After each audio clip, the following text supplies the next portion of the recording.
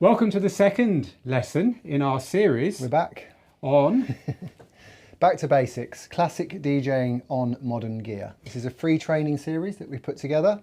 And as Phil said, this is lesson 2. So if you haven't seen the first lesson, the link is underneath this one. Make sure you go and watch that one first of all. It will be important. But yeah, who's this for, Phil? So it's for people who've always wanted to DJ, right? So you're probably getting a few years older than your flourishes of youth and thinking, you know what, why didn't I DJ? I was out clubbing back in the day. I was watching DJs back in the day. I always said I was going to do it. Yeah. Why haven't I done it yet? And of course, what's happened in the meantime is that DJ gear has gone from decks, which we looked at in the last video, do go and watch that, has gone from decks or maybe old-fashioned versions of what we got here. This is a modern CDJ system, but you know, the old-fashioned CDJs where you actually had to put a CD in it, you know, to something more modern. So in the meantime, as you've been ruminating and thinking, maybe I'll do this one day, everything's changed. Yeah. So this is for you. Or maybe you've been DJing all that time, but you've carried on using the old gear, and every year you're thinking, I've got to make that switch. Yeah, or you've tried and the technology's too complicated. You can't figure out how to get your music sorted out. You just don't know where to start, and you keep going back to the old ways. Yeah, or you might have actually bought something and had a go, and it's ended up under your stairs or in a drawer because it was too much, it was too challenging, or maybe you didn't enjoy it. You know, it just wasn't how you thought it would be because you weren't getting it. Yeah. If this resonates with you, if you're thinking, yes, that's one of those people you've described as me, watch on, but first go and watch the first video because we're going to assume you've seen that for this. Yeah. We're moving on to music and mixing. So the idea here is we've already looked at a bit of mixing, but in the last lesson, we kind of showed you that yes, you can mix the old way, the classic way. The back in the day way. On modern gear like this. Yeah. And we left you by saying, but actually you don't have to. Actually, it's easier on modern gear if you want it to be. Far from being something that's really hard to get the hang of, it's been designed for beginners. It's been designed for people who just want to get on with it. This gear is complicated, if you like, because you don't understand that everything's there to make it easier. We're going to cover that here. Yeah, we're going to come on to that later on. We're going to go through those tools, just those few key tools, take out all of the complexity, just get you dialed into the few key tools that you need to kind of just mix in that simple classic way. But before we do that, the kind of elephant in the room here, if you like, in the last lesson, we were pulling out vinyl. It shows how long it is since I pulled that particular vinyl out. All my lens caps for the cameras are hidden precariously next to it. We were pulling out vinyl, right? And we were putting it on real record decks. And how the hell are you meant to get your music onto this? Because there ain't no CD slots on this. There's nowhere to put your vinyl on this, obviously. So we thought we'd cover that first. We thought we'd start off by covering how to get music into these systems. Not just music, the music that you want to play. And your favorite tunes. and more importantly, if you've already got music, maybe you've got a pile of records, maybe you've got a pile of CDs. How do you get from there to being able to do everything on this gear?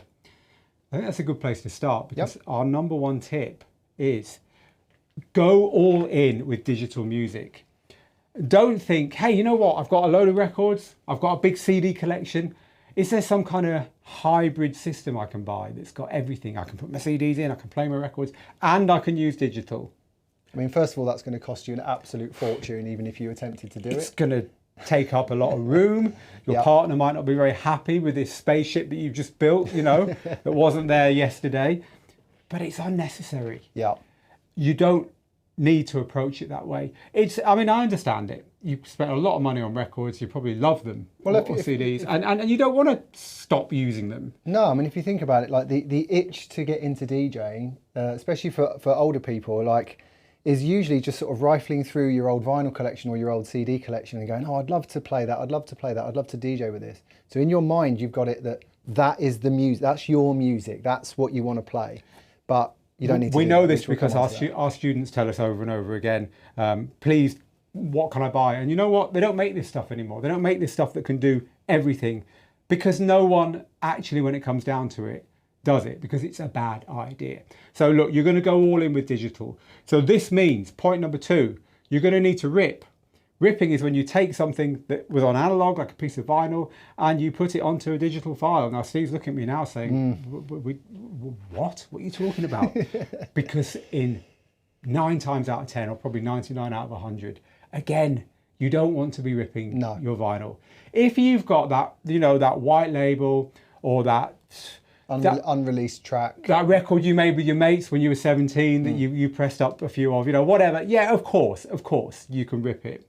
We've got guides and articles on our website. Yep, we've got the DJ's guide to ripping vinyl for those of you who'd want to do it, but it is incredibly time consuming. You've got to go through a real learning curve in terms of the signal processing and the cleaning up of the sound, the EQ, making it sound loud, dealing with vinyl which has got scratches and, you know, clicks in it. It's not great quality to begin with. Once you've spent all that time doing that for just one record, you can probably have gone and found 10 or 20 of your favorite tunes from vinyl in an online digital which store, we're going to get to, by the way, and got them. So, like, I have ripped a few classic tracks of mine, but these are tracks which I exhaustively tried to find high quality files of the original, was unable to do it, and only then did I decide it was worth going through that process. I, on the other hand, spent a whole summer ripping vinyl back when I got my very first digital gear, about 2004, and it was all useless. It was all really bad quality. I ended up realizing that, and it was a complete waste of time. So don't be me, don't waste that time. When it comes to vinyl, unless you can seriously not find it anywhere else, don't rip it, buy it. The time you save is worth the money you spend. Bit different when it comes to CDs though. Yeah, because CDs are a digital format. The music has been digitized and saved onto a digital media. So of course that file is a digital file. So you just think, right, so I want to get that into my DJ gear. So what do you do to do that? You need to have a CD drive because they're not built into stuff anymore. Yeah. But they're very cheap. Used to be in the side of laptops. Yeah, they didn't they? Yeah. You can buy a reasonably good CD drive for $30, $40 on Amazon or whatever, and you plug that into your computer. They normally come with software, but if not, iTunes or Music will do that for you. And plug the CD in, and the good thing about that is it will automatically find the artwork and all the artist and title and all that stuff. So it's all done for you. So it's very, very fast. But the thing that you don't want to do here, the trap you don't want to fall into is this. Is you know, there's a tendency for new DJs as well into digital to start to collect massive amounts of music. And if you've got a CD collection and you figure out how to rip those CDs to get those files, and you just select every single track on the CD and import it, you're not going through a kind of curation process there of really choosing the music you really love. I mean, if you think about it from a vinyl point of view, if you were to had a 12-inch that's got 4 different versions on it, you're probably only going to rip one version. Yes. Right? So the same thing applies to CDs, but it's easier to fall into the trap of just go select all, download them. 82 minutes of music. Yeah, there you go. It's super quick to do. I think the difference here, the line down the middle is we're all music collectors. We all like music. Maybe your Spotify is full of albums of people that you've loved all your life, right? So you've got a big music collection, whether it's physical or whether it's on a streaming service or whatever. Mm-hmm. But that's different to your music for DJing. Whereas that can be exhaustive, whereas that can be everything that was ever released by anyone I've marginally liked since I was 15 or whatever. For DJing, lean and mean. You want the belters. You just want the belters. We're going to give you a shocking piece of advice in a few minutes around this. So really, when it comes to CDs, yeah, by all means, if you want to rip your CD collection, you think, you know what, it's about time. But when it comes to your DJ software, or your DJ system, only add the individual tracks you're going to play with.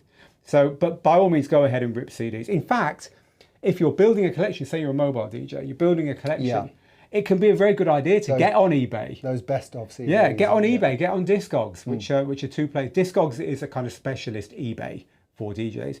Get on those services, buy the compilation CDs, get the unmixed versions, because you don't want to buy it and accidentally find that they've all been mixed together. They're a very cost-effective way of collecting tunes you know you're going to need. Yeah. So it's a good idea, ripping CDs, but never do it with vinyl, and be very careful what you rip. We talked about buying. Yes. Should we look a bit more as to where to buy music files, where to find those classic tunes? Yeah. Now, I keep making the point here, but it's about finding the music that you love, because I think, again, there's a misconception. We talked about this in lesson 1, where if you sort of come from the old world of DJing, whether you've tried it or not, you move into new technology and you think, I have to use all of the new features and I have to use new music. And that's not the music you love. You want to play your favorite tunes from back in the day. That's what's going to get you most fired up about DJing when you first start learning to mix. So you would go to online stores, especially if you're sort of like, oh, I'm a DJ now, so I'm going to go to Beatport and something like that. You go to these online stores, you end up looking at the top 10, the top 100, and looking at all these genres, and like, it's all new music. It's not really your vibe. Don't recognise anyone's name. And you think that you're not going to be able to get your classic vinyl tunes in digital, but for the most part you can. Probably 90+% of music. Even on those specialised stores like Beatport, if you're looking for old classic dance, they're all on there. We're going to actually show you a few places where you can find this kind of music. And by the way, Digital DJ Tips has a guide, which we'll link to underneath, which will show you exactly where DJs buy their music if you want to dig into this. But just before we hit record here, we just went and had a look on, probably if you're an Apple user, then you know all about the iTunes store, which is built into Apple's music app. It looks like this, and we just dialed in Show Me Love, and there we go. This is the album that it came from. You can buy the whole album, or you can buy the track for 99 cents. And even the right down at the bottom here is the extended mix, which was the one that I was using there from the vinyl demo in the last lesson. So easy to get the Robin S track there, and you could keep looking for anything else. We did look for the Deep Dish track as well there, but we thought we'd show you that one on Amazon. So just head off to Amazon, type in what you want, click MP3, and it will take you to the Amazon Music Store, which is where we are here. And if you click on purchase options there, Steve, there's a little drop down by the play button. You can see that it will give you the whole thing. You can buy the physical, but of course we want the MP3. The MP3 is available there. You can also buy individual bits and pieces from that album. Very easy. Also, we did dig out the other track here just for completion's sake. There's the Sandy B. So the full 9 minutes 57 long club mix. Don't be fooled into thinking, oh, you know, these services have only got the radio edits, they've only got the short versions. You have a look, you'll be surprised, you'll find all your favourite tunes. And also, it's just worth saying, you know, these two tracks that we've used in this demo are sort of quite UK focused 90s house anthems. Same thing goes if you were in the US and you were into your hip hop and R&B in the 90s and noughties. All of those big club tracks that you love, that you want to mix in the classic way, go and find them. They're there. They're on Amazon. They're on iTunes store for sure. And we just, for completion's sake, dialed into the trendy electronic music store Beatport, and here we go, the Deep Dish remix of Make the World Go Round there as well, with a snazzy little player for you to check it's the version that you wanted. So buying digital music is just a case of usually going to a mainstream online. So I say mainstream, I saw a stat, it said it was about 2% now. 2% of music consumption is buying digital music. So, you know, times are changing. However, for DJs, it really is a good idea. And that brings us on to the fifth point about music. Yes, you can get streaming services in DJ software.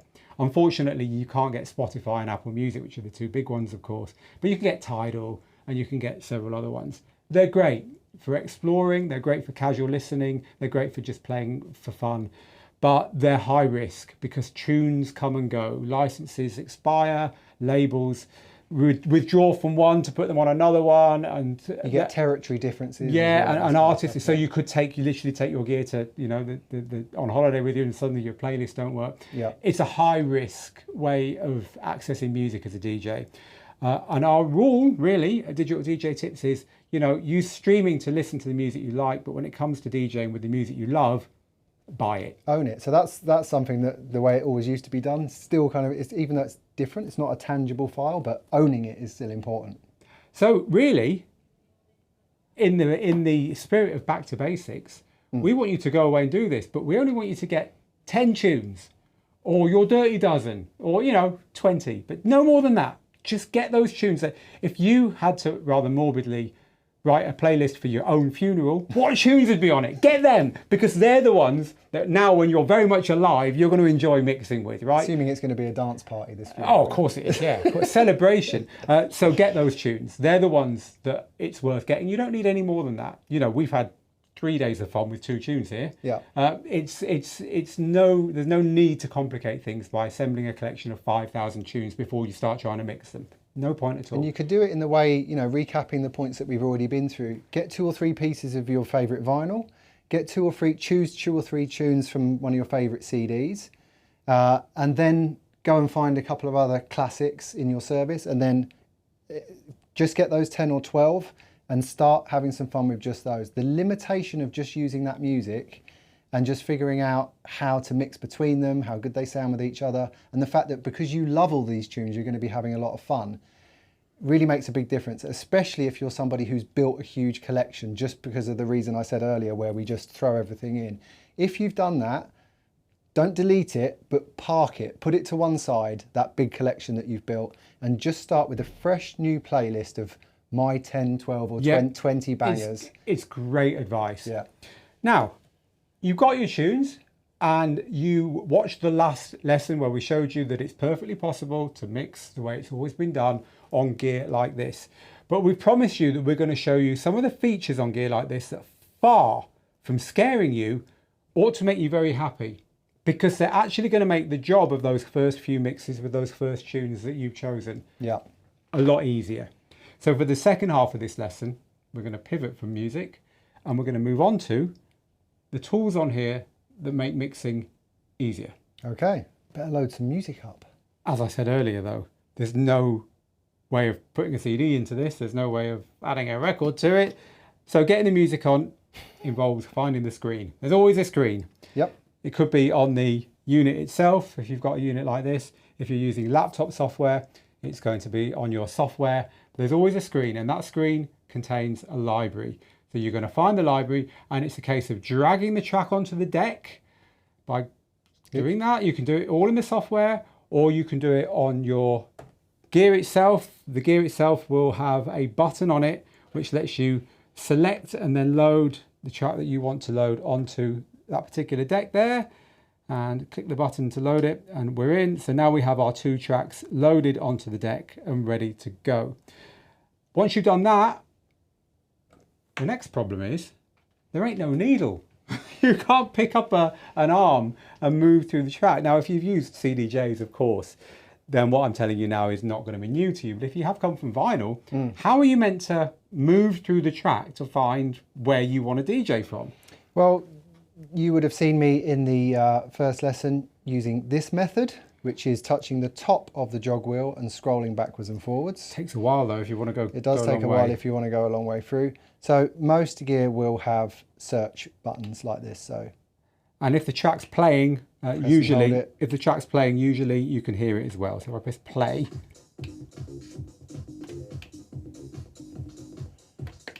So I can even get right back to the beginning, and also it's got a sort of classic CD style jump, which would take you back to the beginning of the track as well. And indeed, if you keep pressing it, it will take you back through the tracks in the playlist, but we're going a bit too far, too quickly here. So you've got search features to move around your tracks, and depending on the gear, they're going to be slightly differently named, and there'll be a different way of doing it, but that's always there. Now, you found the place in the track where you want to mix in. Yeah. You found the beat, or you found the part. How do you effectively stop the deck playing there with the needle waiting in the groove so that when you're ready to go, it's in the right place? How do you do that on digital gear? Yeah, so replicating what I was doing in the manual lesson here, which is finding this first beat, queuing it up, and then when I was ready, dropping it in. I hit play there, by the way, so that it simulated the turntable playing. Yep. That's my first beat there. If I want to come back to that point, we've got a cue point here. Now, if I play from there, at any point, if I hit this button, I go back to that exact point and I can play again from that exact point. So I now have a way of always getting back to that first beat and being able to drop that first beat when I want without having to touch the jog wheel like I was doing earlier. Cool. So that makes life a lot easier. Again, if you're a CD DJ, you will have seen this before. If you've come from vinyl, then you won't. There's actually up to 16 on this particular setup, hot cues, which are a performance version of what we just showed you. Yeah, let's have a look at these. These hot cues are great because you can use them for all kinds of things. Indeed, our students absolutely love the lesson in our full training where we teach our hot cue system, A whole which is system for this. a really nice way of using them, keeping it simple but making it a lot easier to navigate around your tunes. But we're talking about back to basics here. And The only one you need is that big fat cue, otherwise called a temporary cue point, and all software has it. So we've loaded our tracks, we've searched for the place that we want to mix in from this particular song or whatever, and we've put a cue point down where we want to start. The next thing we did, back in our old style of mixing, was we had a track playing and we got the next one to the same speed. to the same tempo, yeah. So- same BPM. How do we make that easier? What is there on digital gear that makes that easier than if you were using turntables? Well, again, this is something that if you're from the CDJ world, you will know exists, and it used to be on DJ mixers from quite a way back in the day as well. Didn't it? Yeah. So there is actually a readout somewhere which is going to tell you the BPM of the track that's playing. So actually, when I was doing that all manual demonstration and being very disciplined to do it all manually, I averted my eyes away from these to stop myself from looking at it, because it really is as simple as, if we take a look, this is 120.2, this is 127.7. All I have to do is move this down to 120.2 and I'm good to go. And it was that quick.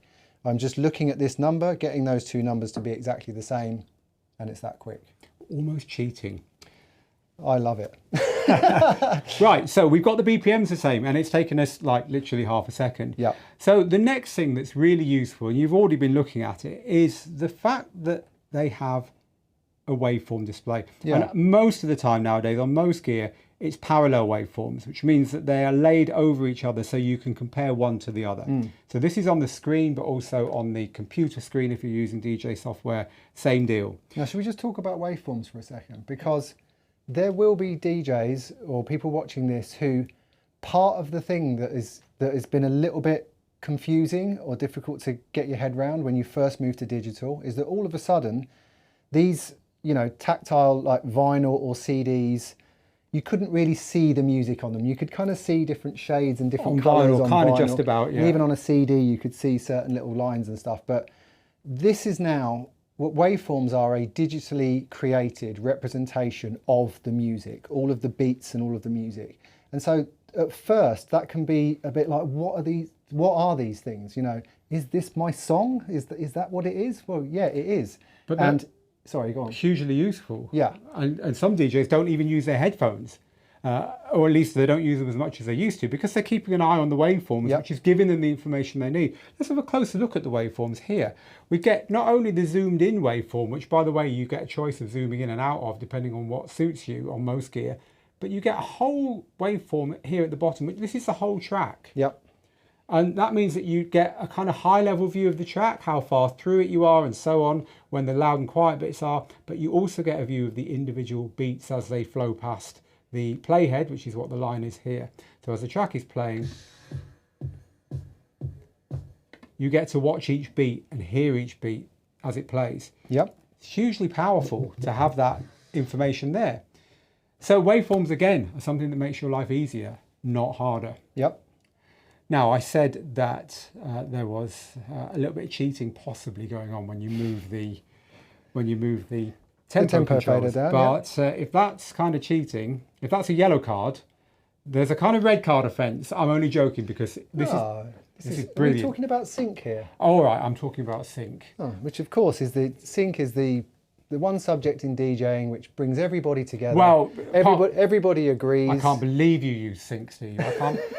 We're all in harmony when it comes to the Sync is short for synchronization, and it syncs or synchronizes the two waveforms together so that your tracks are playing at the same speed and the beats all line up. Sync is brilliant. If you don't believe me, ask any of our tutors. I don't think there's a single tutor who doesn't use it. No, and at there's least many pro DJs that are more than happy using it. And the reason for that is it saves you a lot of time, because it means you don't even have to move this to get the beats to line up. And you don't have to worry a lot of the time that once you have got them lined up, they're going to slowly drift apart. Yeah. Sync will usually do all of that stuff for you, leaving you free. 120.2, 127.7, click sync. This is now 120.2 as well. So this is a great tool because it means you can worry about other stuff. You can worry about anything you want apart from doing the monkey work of spending all that time trying to get 2 tracks blindly together and hold them together. Sync is your friend. Now, my advice, back to basics, is just use it. Even if you do harbour this desire to do it all manually, that's great. You can always put post-it notes over the BPMs and have half an hour each week practicing. That's good. In fact, we'd recommend you do that.